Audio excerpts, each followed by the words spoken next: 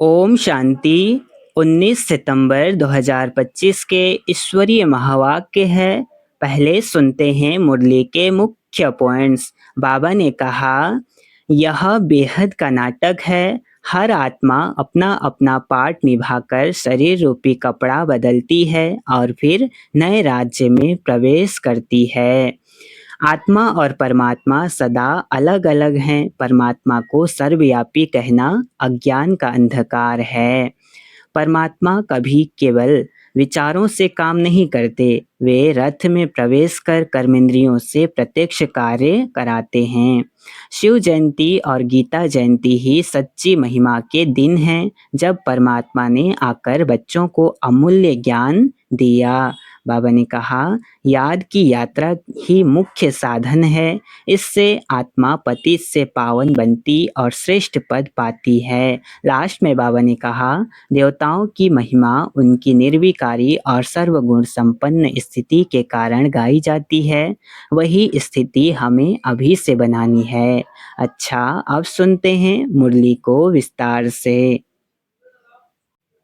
मुरली का सार। मीठे बच्चे, इस बेहद के नाटक में तुम आत्माओं को अपना अपना पार्ट मिला हुआ है। अभी तुम्हें यह शरीर रूपी कपड़े उतार घर जाना है, फिर नए राज्य में आना है। प्रश्न, बाप कोई भी कार्य प्रेरणा से नहीं करते, उनका अवतरण होता है। यह किस बात से सिद्ध होता है? उत्तर, बाप को कहते ही हैं करन करावन हार।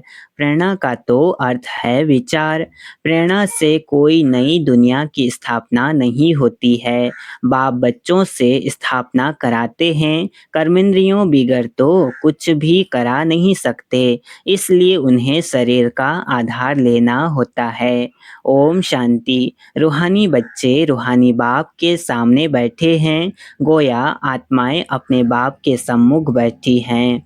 आत्मा जरूर जिस्म के साथ ही बैठेगी। बाप भी जब जिस्म लेते हैं तब ही सम्मुख होते हैं। इसको ही कहा जाता है आत्मा परमात्मा अलग रहे बहुकाल।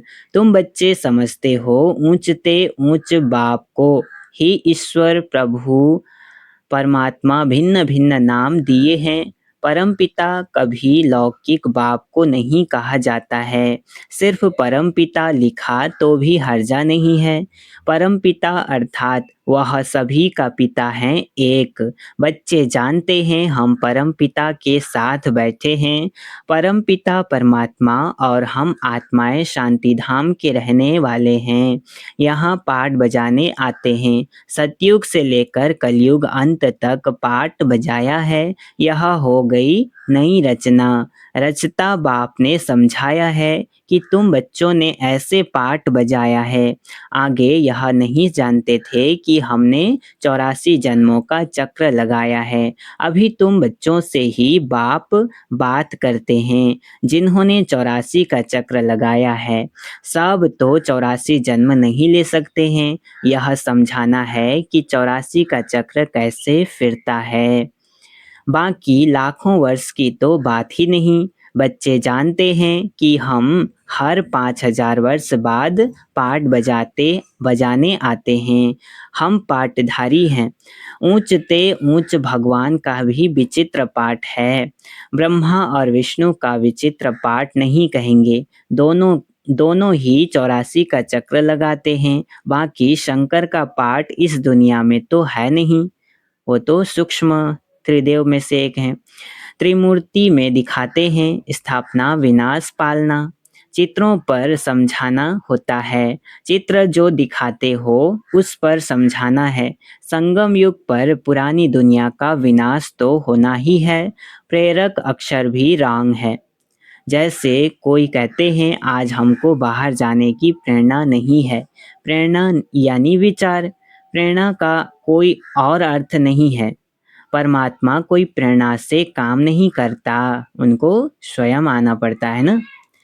न प्रेरणा से ज्ञान मिल सकता है। बाप आते हैं इन कर्मेंद्रियों द्वारा पाठ बजाने। करन करावन हार है ना, कराएंगे बच्चों से। शरीर बिगड़ तो कर न सकें, इन बातों को कोई भी जानते नहीं। न ईश्वर बाप को ही जानते हैं। ऋषि मुनि आदि कहते थे, हम ईश्वर को नहीं जानते, न आत्मा को, न परमात्मा बाप को, कोई में ज्ञान नहीं है। बाप हैं मुख्य क्रिएटर, डायरेक्ट डायरेक्शन भी देते हैं, श्रीमत देते हैं। मनुष्यों की बुद्धि में तो सर्वव्यापी का ज्ञान है। तुम समझते हो बाबा हमारा बाबा है, वो लोग सर्वव्यापी कह देते हैं तो बाप समझ ही नहीं सकते।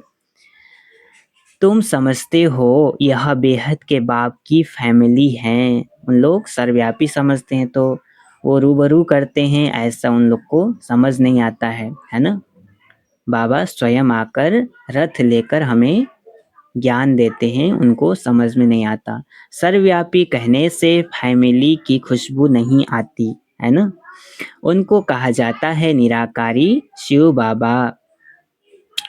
निराकारी आत्माओं को निराकारी आत्माओं का बाबा। शरीर है तब आत्मा बोलती है कि बाबा, बिगर शरीर तो आत्मा बोल न सके। भक्ति मार्ग में बुलाते आए हैं, समझते हैं वह बाबा दुख हरता सुख करता है। सुख मिलता है सुख धाम में, शांति मिलती है शांति धाम में। यहाँ है ही दुख, यह ज्ञान तुमको मिलता है संगम पर, पुराने और नए के बीच। बाप आते ही हैं तब हैं जब नई दुनिया की स्थापना और पुरानी दुनिया का विनाश होना है ना। थोड़ा सा समय रह जाता है, उसमें बाबा आते हैं। पहले हमेशा कहना चाहिए नई दुनिया की स्थापना, पहले पुरानी दुनिया का विनाश कहना रॉन्ग हो जाता है। इसलिए तो बाबा ने परिवर्तन शब्द का यूज करने के लिए बोला है ना, बहुत सारी मुरलियों में। तो विनाश डायरेक्ट नहीं बोलना है, परिवर्तन होने वाला है, नई दुनिया आने वाली है ऐसे। अभी तुमको बेहद के नाटक की नॉलेज मिलती है। जैसे उस नाटक में एक्टर्स आते हैं तो घर से साधारण कपड़े पहनकर आते हैं, फिर नाटक में आकर कपड़े बदलते हैं। फिर नाटक पूरा हुआ तो वह कपड़े उतार कर घर जाते हैं। यहाँ तुम आत्माओं को घर से अशरीरी आना होता है, यहाँ आकर यह शरीर रूपी कपड़े पहनते हो। हर एक को अपना अपना पार्ट मिला हुआ है। यह है बेहद का नाटक। अभी यह बेहद की सारी दुनिया पुरानी है, फिर होगी नई दुनिया, वह बहुत छोटी है। एक धर्म है, तुम बच्चों को इस पुरानी दुनिया से निकल फिर हद की दुनिया में, नई दुनिया में आना है। छोटा सा दुनिया है ना नई दुनिया, अभी तो पूरा विस्तार हो गया है, क्योंकि वहाँ है एक धर्म, एक राज्य, एक भाषा, है ना। अनेक धर्म अनेक मनुष्य होने से बेहद हो जाती है। वहाँ तो है एक धर्म, थोड़े मनुष्य। एक धर्म की स्थापना के लिए आना पड़ता है। तुम बच्चे इस बेहद के नाटक के राज को समझते हो कि यह चक्र कैसे फिरता है। इस समय जो कुछ प्रैक्टिकल में होता है उसका ही फिर भक्ति मार्ग में त्योहार मनाते हैं। नंबरवार कौन कौन से त्योहार हैं यह भी तुम बच्चे जानते हो। ऊंच से ऊंच भगवान शिव बाबा की जयंती कहेंगे, वह जब आए तब फिर और त्योहार बने। शिव बाबा पहले पहले आकर गीता सुनाते हैं, अर्थात आदि मध्य अंत का ज्ञान सुनाते हैं। योग भी सिखाते हैं, साथ साथ तुमको पढ़ाते भी हैं। तो पहले पहले बाप आया, शिव जयंती हुई, फिर कहेंगे गीता जयंती। आत्माओं को ज्ञान सुनाते हैं तो गीता जयंती हो गई, है ना। शिव बाबा आए, फिर ज्ञान सुनाया तो गीता जयंती हो गई। तुम बच्चे विचार कर त्योहारों को नंबरवार लिखो, त्योहारों को नंबरवार लिखो, है ना। त्योहारों में लोगों को भी ज्ञान दे सके ना। इन बातों को समझेंगे भी अपने धर्म के। हर एक को अपना धर्म प्यारा लगता है, दूसरे धर्म वालों की बात ही नहीं। भल किसको दूसरा धर्म प्यारा हो भी परंतु उसमें आ न सके। स्वर्ग में और धर्म वाले थोड़े ही आ सकते हैं। झाड़ में बिल्कुल साफ है। जो जो धर्म जिस समय आते हैं फिर उस समय आएंगे। पहले बाप आते हैं, वही आकर राजयोग सिखलाते हैं। तो कहेंगे शिव जयंती, सो फिर गीता जयंती, फिर नारायण जयंती। वह तो हो जाता सतयुग। नारायण जयंती तो सतयुग हो गया। वो भी लिखना पड़े नंबरवार। यह ज्ञान की बातें हैं। शिव जयंती कब हुई वह भी पता नहीं है। ज्ञान सुनाया जिसको गीता कहा जाता है, फिर विनाश भी होता है। जगत अम्बा आदि की जयंती का कोई हॉलीडे नहीं है। मनुष्य किसी की भी तिथि तारीख आदि को बिल्कुल नहीं जानते हैं। लक्ष्मी नारायण राम सीता के राज्य को ही नहीं जानते। 2500 वर्ष में जो आए हैं उनको जानते हैं, परंतु उनसे पहले जो आदि सनातन देवी देवता थे उनको कितना समय हुआ कुछ नहीं जानते, है ना। 5000 वर्ष से बड़ा कल्प तो हो न सके। आधा आधा तरफ तो ढेर संख्या आ गई, है ना। बाकी आधा में इनका राज्य, थोड़े संख्या, है ना। फिर जास्ती वर्षों का कल्प हो कैसे सकता। 84 लाख जन्म भी नहीं हो सकते। वो लोग समझते हैं कलयुग की आयु लाखों वर्ष है। मनुष्यों को अंधियारे में डाल दिया है। कहाँ सारा ड्रामा 5000 वर्ष का, कहाँ सिर्फ कलयुग के लिए कहते हैं। अभी 40,000 वर्ष शेष है ना। कितना मुंझे हुए हैं। जब लड़ाई लगती है तो समझते हैं भगवान को आना चाहिए, लेकिन भगवान को तो आना चाहिए संगम पर। महाभारत लड़ाई तो लगती ही है संगम पर। बाप कहते हैं मैं भी कल्प कल्प संगम युग पर आता हूँ। बाप आएंगे नई दुनिया की स्थापना, पुरानी दुनिया का विनाश कराने। नई दुनिया की स्थापना होगी तो पुरानी दुनिया का विनाश जरूर होगा। इसके लिए यह लड़ाई है। इसमें शंकर के प्रेरणा आदि की तो कोई बात नहीं, सब मिसाल के रूप में एक दिखा दिया है, लेकिन कर्तव्य बाबा ही करवाते हैं सबसे। अंडरस्टूड, पुरानी दुनिया खलास हो जाएगी, समझना है ना। मकान आदि तो अर्थक्वेक में सब खलास हो जाएंगे, क्योंकि नई दुनिया चाहिए। नई दुनिया थी जरूर, दिल्ली परिस्तान थी, जमुना का कंठा था, लक्ष्मी नारायण का राज्य था। चित्र भी है, लक्ष्मी नारायण को स्वर्ग का ही कहेंगे। तुम बच्चों ने साक्षात्कार भी किया है कि कैसे स्वयंवर होता है। यह सब पॉइंट्स बाबा रिवाइज कराते हैं। ये सब रिवीजन नहीं तो हो रहा है। अच्छा, पॉइंट याद नहीं पड़ती है तो बाबा को याद करो, है ना। पॉइंट याद नहीं भी पड़ती है तो बाबा को याद करो, सबसे सरल। बाप भुला जाता है तो टीचर को याद करो, है ना। सर्व संबंध में उनको याद करो। टीचर जो सिखलाते हैं वह भी जरूर याद आएगा ना। टीचर भी याद रहेगा, नॉलेज भी याद रहेगी। उद्देश्य भी बुद्धि में है, याद रखना ही पड़े, क्योंकि तुम्हारी स्टूडेंट लाइफ है ना। स्टूडेंट लाइफ है, हम सब बच्चे हैं, पढ़ रहे हैं। यह भी जानते हो जो हमको पढ़ाते हैं वह हमारा बाप भी है। लौकिक बाप कोई गुम नहीं हो जाता है। क्या कहा। यह भी जानते हो जो हमको पढ़ाते हैं वह हमारा बाप भी है। लौकिक बाप कोई गुम नहीं हो जाता है। लौकिक, पारलौकिक और फिर यह है अलौकिक, है ना। शिव बाबा पारलौकिक बाप हैं। इनको कोई याद नहीं करते। लौकिक बाप से तो वर्षा मिलता है, अंत तक याद रहती है ना। जब तक ये भौतिक देह है तब तक याद रहता है लौकिक बाप को, अंत तक याद रहती है। शरीर छोड़ा फिर दूसरा बाप मिलता है। जन्म बाई जन्म लौकिक बाप मिलते हैं, है ना। वो एक गुम हो जाते हैं, दूसरे आ जाते हैं, है ना, अगले जन्म में। तो ये सब बदलते रहते हैं। पारलौकिक बाप को भी दुख व सुख में याद करते हैं। बच्चा मिला तो कहेंगे ईश्वर ने बच्चा दिया, बाकी प्रजापिता ब्रह्मा को क्यों याद करेंगे। इनसे कुछ मिलता थोड़े ही है। इनको अलौकिक कहा जाता है। जब हम ज्ञान प्राप्त करते हैं तो मुख वंशावली हो गए, फिर अलौकिक पिता कहलाए, तो 3 पिता हो गए। तो तुम जानते हो हम ब्रह्मा द्वारा शिव बाबा से वर्षा ले रहे हैं। जैसे हम पढ़ते हैं यह रथ भी निमित्त बना हुआ है। बहुत जन्मों के अंत में इनका शरीर ही रथ बना है। रथ का नाम तो रखना पड़ता है ना। यह है बेहद का संन्यास। रथ कायम ही रहता है, बाकी का ठिकाना नहीं है। चलते चलते फिर भागंती हो जाते हैं, है ना। यह रथ तो मुकर्रर है ड्रामा अनुसार, है ना।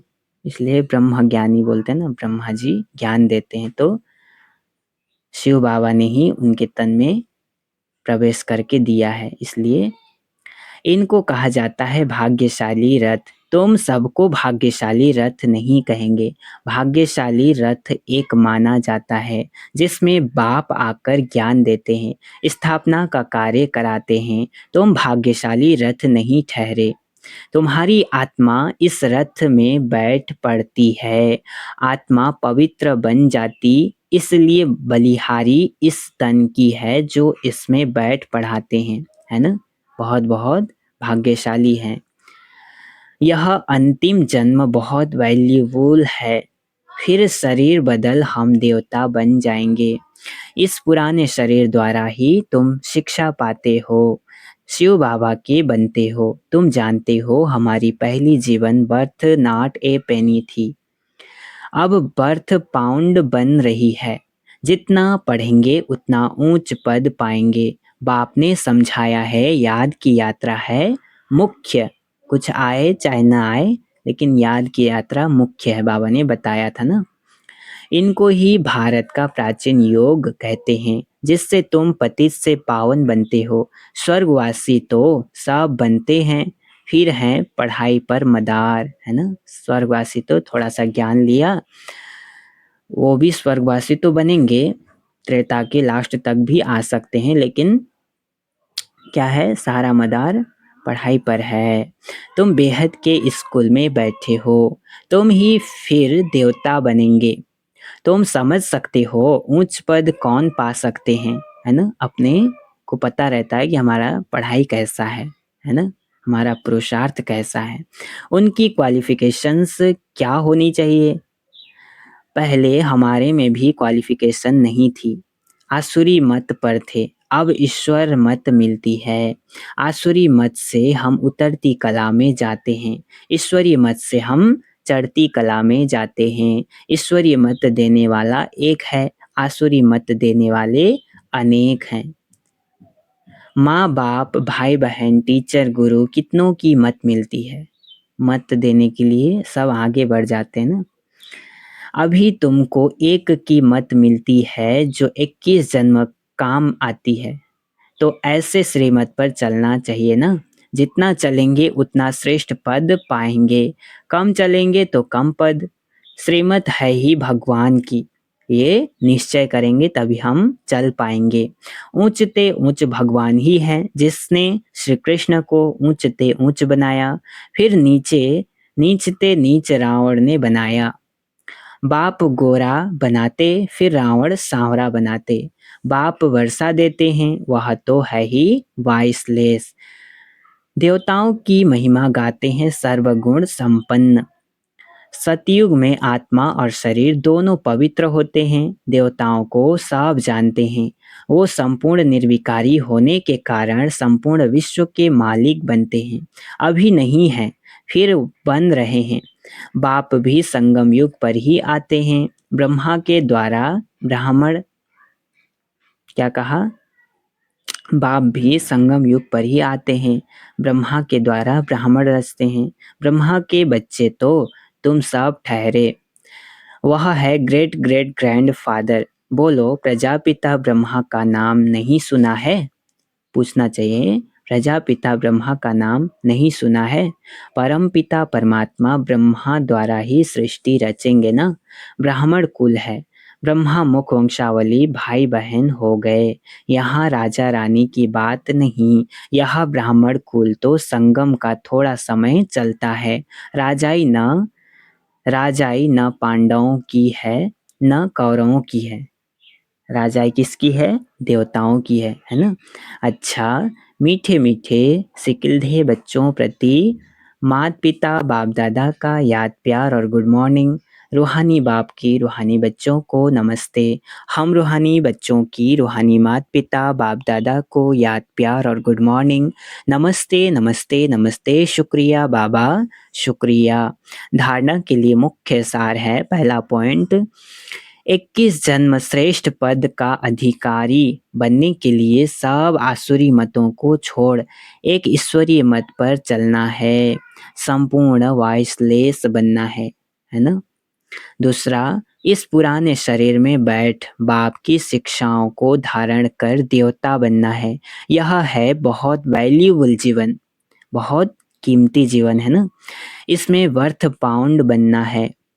वरदान है आज का, सर्व आत्माओं को यथार्थ अविनाशी सहारा देने वाले आधार उद्धार मूर्त भव। क्या कहा? सर्व आत्माओं को यथार्थ अविनाशी सहारा देने वाले आधार उद्धार मूर्त भव।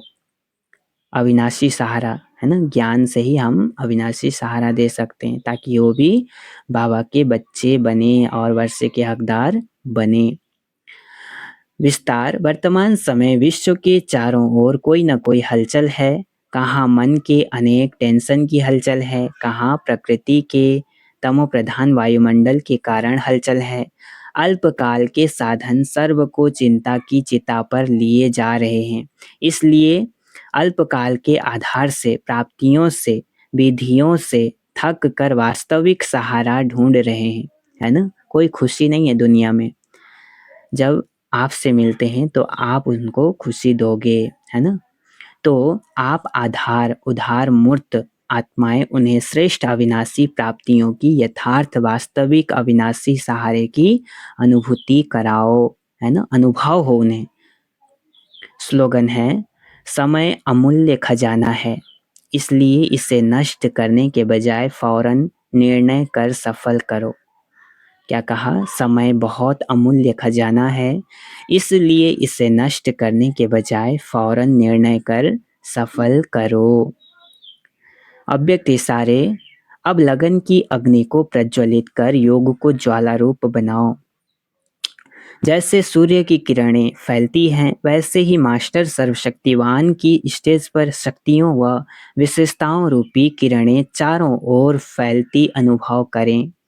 इसके लिए मैं मास्टर सर्वशक्तिवान हूँ, विघ्न विनाशक आत्मा हूँ। इस स्वमान के स्मृति की सीट पर स्थित होकर कार्य करो तो विघ्न सामने, क्या कहा? विघ्न सामने तक भी नहीं आएंगे, है ना? विघ्न ही समाप्त हो जाएंगे जब क्या कहेंगे? मैं मास्टर सर्वशक्तिमान हूँ, विश्व विघ्न विनाशक हूँ, तब विघ्न सामने भी नहीं पड़ेंगे। अच्छा, ओम शांति।